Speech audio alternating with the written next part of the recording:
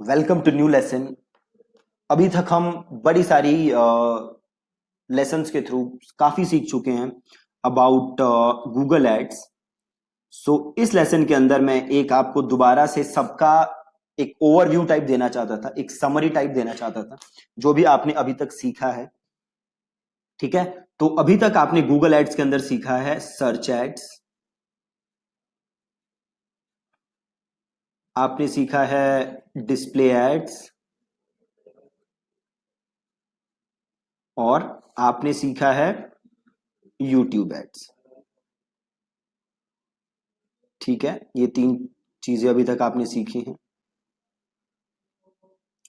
अब search ads, जैसे आपने देखा था कि सर्च एड्स के अंदर यूजर कोई कीवर्ड होता है जो कि वो सर्च करता है, और जैसे ही वो कीवर्ड सर्च करता है उसके बेसिस पे कुछ रिजल्ट्स आते हैं, है ना। तो अगर आपको सर्च एड बनानी है तो सबसे पहले आपको क्या करना पड़ेगा, कीवर्ड रिसर्च। ठीक है, देन एक अलग ही पेज बना लेता हूं। ओके, तो अभी हम बात करते हैं सर्च एड्स की। तो सर्च एड्स के लिए आपको क्या करना पड़ता है, आपको करना पड़ता है कीवर्ड रिसर्च।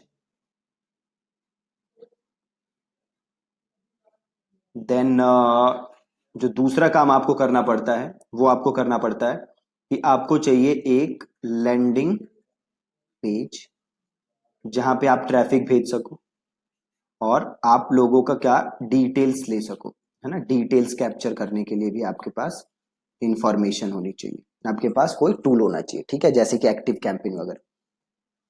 और देन हमने देखा था कि सर्च एड्स के अंदर डिफरेंट टाइप के कीवर्ड्स होते हैं, है ना। अलग अलग टाइप के कीवर्ड्स होते हैं जो कि आप यूज कर सकते हो।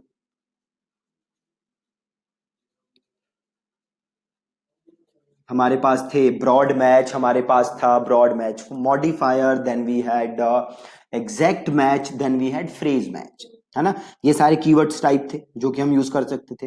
एंड देन हमारे पास नेगेटिव कीवर्ड्स भी थे, वो कीवर्ड जिस पे हम अपनी एड नहीं दिखाना चाहते तो उसको हम कहते हैं नेगेटिव कीवर्ड्स। तो आप नेगेटिव कीवर्ड्स भी यूज कर सकते हो, है ना, ताकि आप अपनी एड्स को रिफाइन कर सको।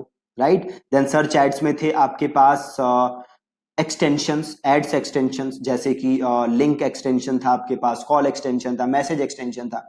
तो डिफरेंट टाइप्स ऑफ एक्सटेंशंस थे जिससे आप अपनी एड की जो रियल एस्टेट है, जो एड की साइज है, वो इंक्रीज कर सकते हो। राइट, देन आपके पास लैंग्वेज टारगेटिंग थी, आपके पास लोकेशन टारगेटिंग थी, देन हमने की अपने यूआरएल टैगिंग वगैरह भी हमने देखा था।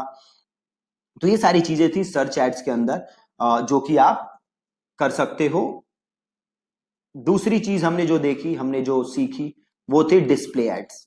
राइट, तो डिस्प्ले एड्स क्या थे, तो डिस्प्ले एड्स थे जो भी बैनर्स वगैरह आपको दूसरे की वेबसाइट्स पर नजर आते हैं, वो हमारे थे डिस्प्ले एड्स के पार्ट। देन डिस्प्ले एड्स में हमने अगेन बड़ी सारी चीजें देखी। जो डिस्प्ले एड्स में टारगेटिंग ऑप्शंस थे, हमने वो देखे, है ना। तो डिस्प्ले एड्स में आपके पास एक तो नॉर्मल डेमोग्राफिक्स का ऑप्शन था। ठीक है, देन आपके पास ऑडियंसेस का ऑप्शन था। ठीक है, देन आपके पास कीवर्ड थे, आपके पास टॉपिक थे, और आपके पास प्लेसमेंट थे। ठीक है, कीवर्ड थे, टॉपिक थे, और देन वी हैड प्लेसमेंट। इसके अलावा हम कस्टम सर्च भी बना सकते थे, कस्टम सर्च ऑडियंस, हम कस्टम एफिनिटी भी बना सकते थे। राइट, तो ये सारी ऑडियंसेस हम डिस्प्ले एड्स में बना सकते थे और हम इन्हें डिस्प्ले एड्स दिखा सकते थे बड़े आसान तरीके से। अगेन हमने बात की थी कि डिस्प्ले एड्स ज्यादा इफेक्टिव होती हैं रीमार्केटिंग के लिए, है ना। तो अगर आपको अपनी ऑडियंस है जो कि ऑलरेडी आपका पेज विजिट कर चुकी है, अगर आपको उन्हें रीमार्केट करना है, उनको दोबारा एड दिखानी है, तो उसके लिए आपके डिस्प्ले एड्स काफी इफेक्टिव होते हैं। बाकी केसेस में डिस्प्ले एड्स जो हैं वो उतने इफेक्टिव नहीं होते। ठीक है, तो ये हमने सारी चीजें देखी थी डिस्प्ले एड्स के अंदर। अगेन डिस्प्ले एड्स में भी वही सारी सेम चीजें थी कि आप लोगों को एड दिखा सकते हो, आप टाइमिंग डिसाइड कर सकते हो, आप लोकेशन सेट कर सकते हो, ये सारे ऑप्शन थे, आप फ्रीक्वेंसी सेट कर सकते हो। तो ये सब चीजें थी डिस्प्ले एड्स के अंदर। देन आफ्टर डिस्प्ले एड्स हमने सीखा था यूट्यूब एड्स। ठीक है, डिस्प्ले एड्स के बाद हमारे थे यूट्यूब एड्स। यूट्यूब एड्स में अगेन हमने बड़ी सारी ऑडियंसेस देखी जो कि हम यूज कर सकते हैं, अलग अलग टाइप की। अगेन वो मेजर वही थी जो डिस्प्ले एड्स की थी। देन अलग अलग टाइप की एड्स थी हमारे पास इन स्ट्रीम एड्स थी, हमारे पास नॉन स्किपेबल एड्स थी, ठीक है। देन हमारे पास डिस्कवरी एड थी, वीडियो डिस्कवरी एड, राइट। तो ये आपके पास आउटस्ट्रीम एड थी,